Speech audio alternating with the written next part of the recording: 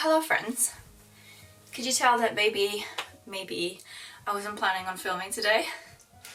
Just maybe. But I have decided to do something that I don't do very often, which is give in to a whim. And my whim today is to sew something that wasn't absolutely in the plan and wasn't in the schedule, I guess, at all. But, oh, come on. But we're gonna do it anyway. So basically I recently finished a project I'm really proud of. And I wanted to take some nice photos at the end to show you what it looks like properly. But unfortunately, I started thinking that I didn't have anything really nice to wear with it. I do. But ideally I could wear something else. And that something else would be... So the whole deal is that I've made a Claire / Outlander inspired shawl, just because I wanted that Sontag vibes, you know. I just love it. I love the way it looks so historical and so like forlorn to be wrapped in a shawl. But I didn't have anything to wear with it. Well, I do, but you know what I mean. So we're gonna do this. We're gonna make this. So I found this pattern in my stash. I haven't used it before. And you know, obviously Outlander isn't 18th century accurate. Well, it's, you know, it's capturing a vibe. And that's what we're gonna go for. We're gonna capture a vibe. And so what I'm planning to do is I managed to find a little scrap of linen here, and this is what I'm going to make the jacket out of. And then once the jacket is done, I'm going to try and find a scrap of something to make the petticoat. I'm not sure what, but we'll try. So I have not used this pattern before. This is a Simplicity 8161. This was produced by American Duchess, and yeah, I mean, they look really good. The thing that I know immediately that I want to change is I want to add a little peplum to the jacket. So what I'm going to do is I'm going to cut out the pattern because it comes in these and I hate these, I do. But I think I hate them less than printing it out, taping it and then cutting it. So I'm going to make a mock-up. Even whims deserve mock-ups, okay? And then I'm going to add the peplum to the mock-up, and then I'm going to cut out the real fabric, maybe some interlining for it, and pray. This is going to be a quick one. I really don't want to be agonizing over this jacket for weeks. So let's go. So here's the mock-up. I'm currently wearing it just over these 18th century stays that are also from the Simplicity American Duchess patterns. I'll link a video about them down below. I think there's also a blog post back in the ancient days. But yeah, so here they are. I think it fits pretty well. I think it's just a tiny bit too tight, so I'm going to add a little bit to the side seams. That's just the easiest, plainest fix, and it's just so that I have a little bit more leeway in what kinds of way I can wear it. And then the other thing I'm going to do is, you can see there's some wrinkling here at the waist, and that is because my waist is up here. And obviously this still has the bottom seam allowance, so I'm just going to compare that to the seam allowance and see if I actually have to shorten it at the waist anything at all. And as you can see, there is a gap at the front. That is because this jacket is designed to lace over a stomacher. I think that's how I'm going to wear it, or maybe I'll add some bows so that I can just tie it if I want to. And anything else? Yes, for the peplum, I'm now just going to drape it, I think. But I have found, so this is Patterns of Fashion 1, but it is the new edition. I'm not sure if this is included in the original edition. And then on page 85, there is a jacket that is very similar to what I want, which is that one there in the middle. And then there's some pattern guidance here, and you can see that the bodice pieces for this jacket are very similar to what's here already. So now I'm just going to drape a peplum, add it on, and then try it again and see how we go.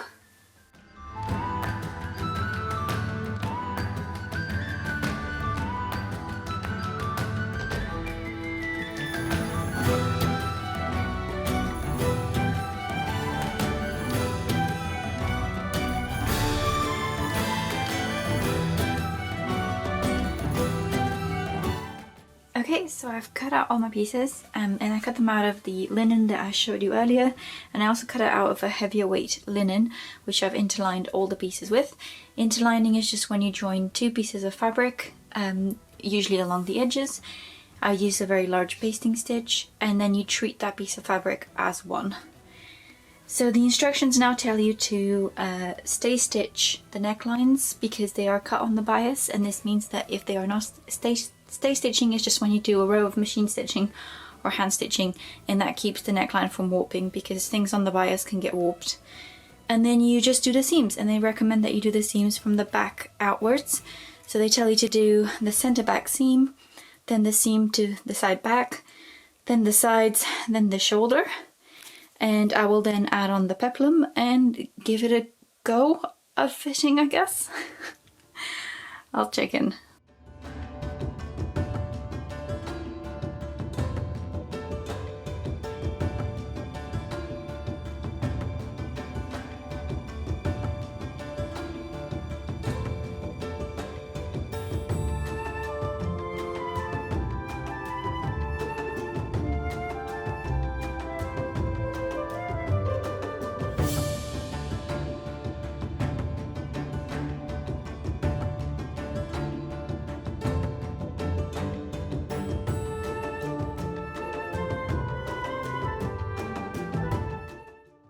So the peplum turned out a really weird shape, so I thought it was worth talking about it.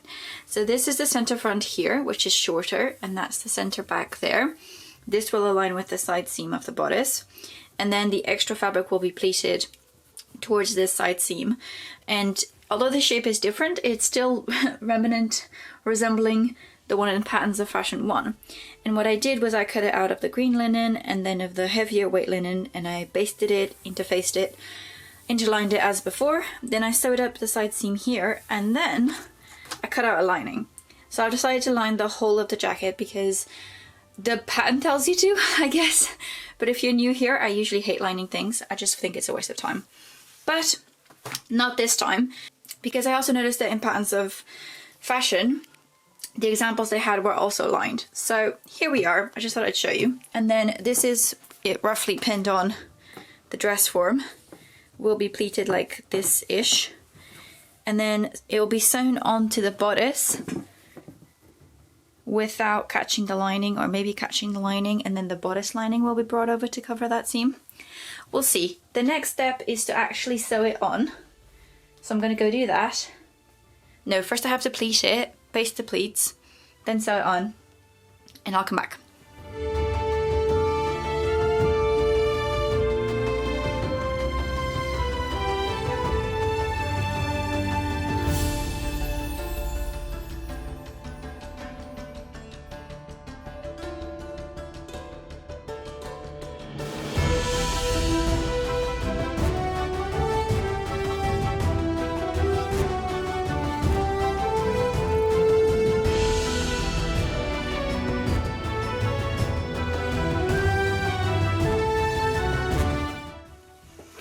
Okay, so I just wanted to show you, so I added the peplum bit by just sewing it right sides together to the bodice. The pleat section is very thick.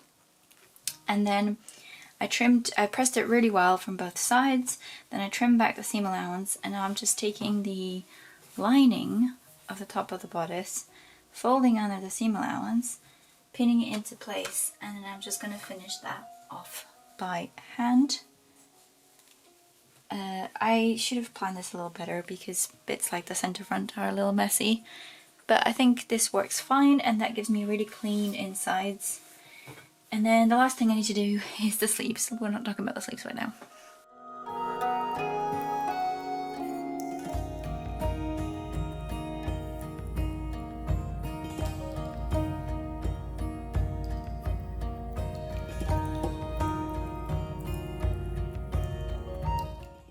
So I'm about to set in the sleeve, so I thought I'd just show you what that looks like. So the sleeve is the one from the Simplicity pattern. The only thing I did is I added a little bit of width to this seam on either side, just because the sleeve was really tight. In case you are new to the 18th century, the sleeves got way tighter towards the end of the century. And then the sleeve has one seam here, and then it has this dart. This was very common, it's like an elbow dart, and it only actually looks nice when your arm is bent. But that's what it is. And then it has two small pleats to take up the excess fabric, and this is placed between the shoulder and the side back seam there. And so I've just basted them in and tried them on just to ensure everything was right. and so I'm just going to sew it on here. And I do have a lining for these sleeves. I've just decided to set it in by hand. I'm not sure why. I think it's because I low-key regret doing all of this by machine, because I'm not convinced. I just wish I'd done it by hand, even though it's on the inside and should be invisible when worn. I'm not confident this edge will stay. I don't know what it is. But that's what I'm going to do. I'm going to set in the sleeve by machine, then I'm going to add the lining starting at the bottom here to finish the cuff end, and then going to use either this lining of the bodice or the lining of the sleeve to cover the raw edges. And that should give me a finished piece with a really pretty inside.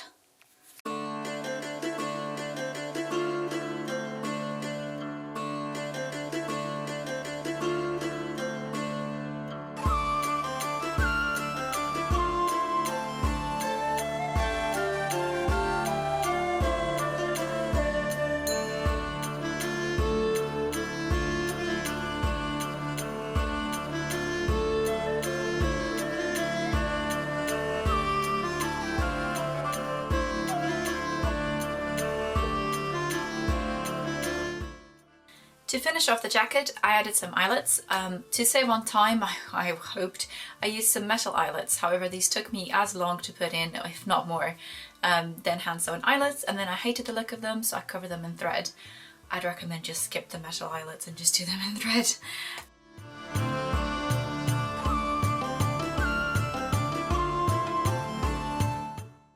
The last thing for the jacket was to make some lucette cord. If you're interested in trying it, I have a whole video about how to make your own lucette cord, and I'll link it down here and down below.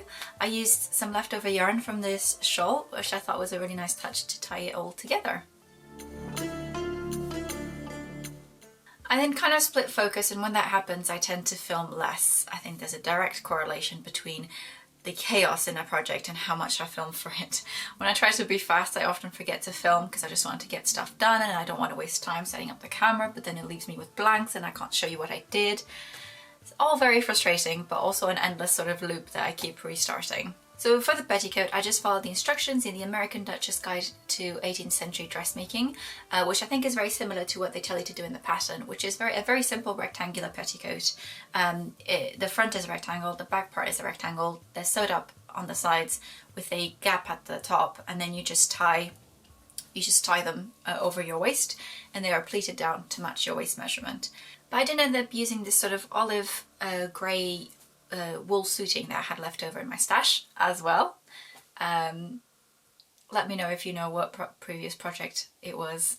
It's an old one, and I think it was only on Instagram, so let me know. And yeah, so I cut out the panels. I had to piece mine just to make it look a bit more, just to get a bit more width. So I pieced mine by sewing up the side seams. I left the gaps at the top and turned them in by hands. I added a sneaky pocket to one of the slits, the left hand side slit, just by sewing the pocket only to the front. Nice little tip. It does work. The pleats kind of conceal it enough so it's not too obvious. Okay, so I can't quite remember the last thing I showed you about this skirt. I think I leveled out the hem, so I just tried it on and then measured down how much I wanted, and then I literally just, this is the laziest thing and it's also very inaccurate, so do it at your own peril, but I just like matched up the tops of the skirt and like pin it together, laid it out on the floor, just measured down from the top and cut it. Whatever. So because at some point I am going to try it on and then just like fold up the hem, that will be more even. The pleats are pleated. This is so chaotic. I don't do things on a whim. I usually spend like months planning, so whatever. The pleats are pleated, they're basted into place, and I'm not just going to finish them off. I've got 2 lengths of linen tape. They're enough to go across the waist and a little bit extra to make sure you can comfortably tie it. And now I'm just going to sew it down like this across the top and the bottom edge to the pleats. And then this is right sides together, so right sides of the skirt and right sides of the tape, and then they'll get folded back, and I may just top stitch that in place by hand, just for a nice neat finish, you know? And then all I have to do is try it on, measure out the hem properly, mark it, fold it, hand sew it, and it'll be done. And that was totally a quick quick skirt. This has not been hanging around my sewing room for 2 weeks because I couldn't decide where to add what I chopped off the hem to the side seams. I decided not to because it was way too much effort for so little width that they wouldn't really add to the swoosh. You know what? Let's just get to it. I'm just want this to be done. It was all pleated, secured to a linen tape, and then hemmed. I think it was really straightforward, really easy and high reward project. And I think it only took a couple of hours, so I do recommend.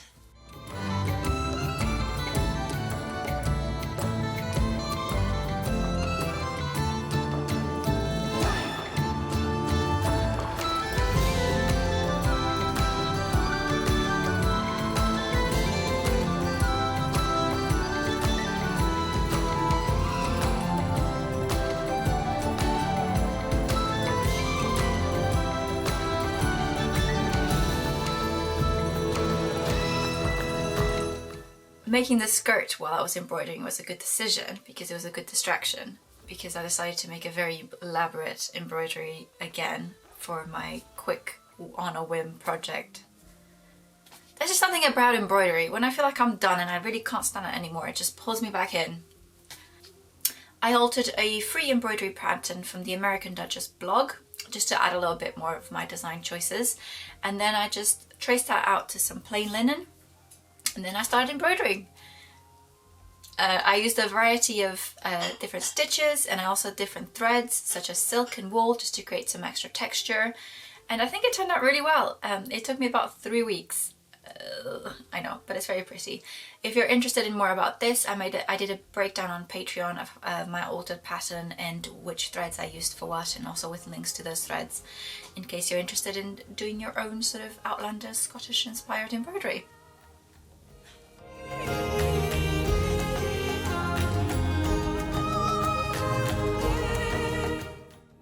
The embroidery is then mounted to the actual stomacher. The stomacher is 2 layers of thick linen with buckram in between. It is not linen buckram because I didn't have it, I just had plain buckram. And then it has some boning channels with some synthetic whalebone inside. This just gets whip stitch over it, and that's it for the stomacher. And with that, the outfit was done. It wasn't quite as quick as I thought it would be from the beginning, but it definitely had some advantages. I tried to agonize less. I tried to just get on with it and try to not think too much about all the things that could go wrong or that could be better. I think that really hangs me up, is the things that could be better. And I also used everything from my stash. I used patterns already in my stash. All the fabrics were already in my stash. Yeah, I was really happy with that. Before we move on to the reveal, I just wanted to give you a little bit of a pattern review. I actually thought this was a really good pattern. I think it's also beginner friendly. If I overcomplicated a few things by adding, you know, the embroidery, some of the finishing methods and things like that. But I actually think the components themselves are very beginner friendly. And I was previously very intimidated by these kinds of 18th century jackets because I thought they would be a nightmare. But I think this pattern was really good, and I think, you know, it needed very minimal fitting alterations. And yeah, I'm just really happy with the result. So I would recommend it. Have a look, try, and I think it'll be easily alterable as well if you want to kind of, you know, if you wanted to expand it with a longer peplum or that kind of thing. I think it's a really good start for a lot of projects. So yeah, let's take a look.